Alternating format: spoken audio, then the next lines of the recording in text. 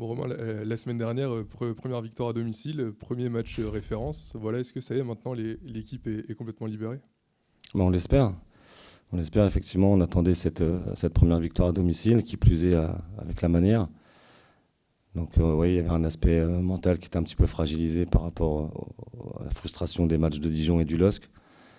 Après coup, on peut effectivement dire qu'on est libéré. Et je pense que dans la prestation, ça s'est relativement ressenti. Oui, puis il y a aussi une solidité qui est en train de s'installer. Là, ça fait deux clean sheets d'affilée.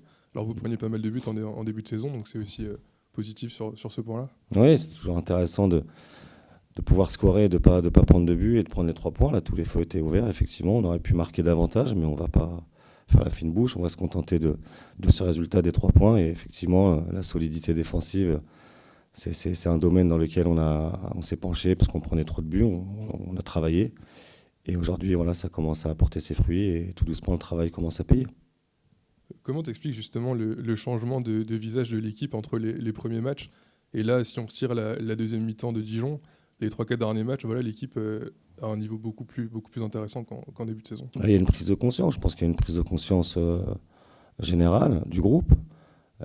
Et puis voilà, après, c'est le travail aussi. Voilà, on a fait beaucoup de vidéos, on a beaucoup discuté, on a beaucoup échangé avec les membres du staff, avec les filles. Et effectivement, c'était juste un problème mental et psychologique. C'était pas un problème de projet de jeu. Quand bien même, on pourrait toujours le dire, mais je pense que c'était plus mental. Il fallait se libérer.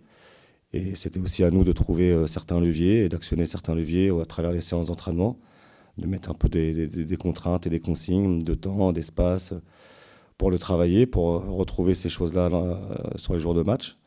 Et je pense que voilà, les filles ont pris conscience, que sur l'aspect mental des choses, qu'il n'y avait pas lieu de douter et qu'il y avait les capacités et les qualités de mettre en place des choses. Et aujourd'hui, voilà, je pense que le curseur a été bien mis à ce niveau-là, quoi. Là, par contre, vendredi, l'opposition risque de monter d'un cran. Fleury, c'est une des équipes qui compte en D1. Oui, c'est un gros calibre. Encore une fois, ça va être un vrai défi pour nous. Ouais, on sait que ces matchs-là, comme je vous l'avais dit lors de la dernière conférence, c'était des matchs bonus, mais qu'il fallait faire le boulot contre les équipes de notre championnat. Aujourd'hui, on est plutôt dans les clous contre les adversaires directs. Aujourd'hui, c'est un match bonus, mais l'appétit vient en mangeant. Je pense qu'il ne faut pas être rassasié et il faut continuer à avancer dans le projet avec nos valeurs, avec les intensités nécessaires et puis le respect des consignes pour aller essayer d'embêter cette équipe de Fleury. Oui, puis contre Guingamp, il y a aussi d'autres joueuses qui se sont illustrées. Voilà, il y a Chancel Faifa qui a fait un gros match. Il y a aussi Michaela Cardia maintenant qui est dans l'équipe.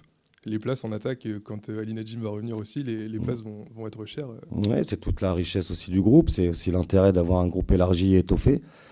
C'est ce que j'ai demandé, c'est ce que voilà, le message est bien passé, c'est que chacun ramène sa pierre à l'édifice quand il est appelé à commencer ou à entrer. Et aujourd'hui, le message est passé. Donc voilà, on a des problèmes de riches, entre guillemets. Bah, c'est bien, ça veut dire que tout le monde est animé de cette envie de performer. Et comme les places sont chères, effectivement, c'est la performance. Donc tu peux pas te cacher. Donc elle donne la pleine mesure. Donc on est tous satisfaits du rendement des unes et des autres. Pour le bilan, voilà, il reste 3 matchs avant la trêve. Vous êtes finalement 7e. Vous êtes plutôt dans les clous. Quel est le bilan que tu fais pour l'instant sur cette première partie de saison? Bah, le bilan, il est... Ça dépend comment on se positionne. Mais j'oserais vous dire que moi, l'entraîneur que je suis, aujourd'hui, je suis plutôt satisfait. Puisqu'il y a eu un renouveau dans l'effectif, un renouveau dans le staff, à tous les niveaux, à tous les étages, et qu'il faut prendre le temps, que chacun y trouve ses marques et que s'approprie du projet.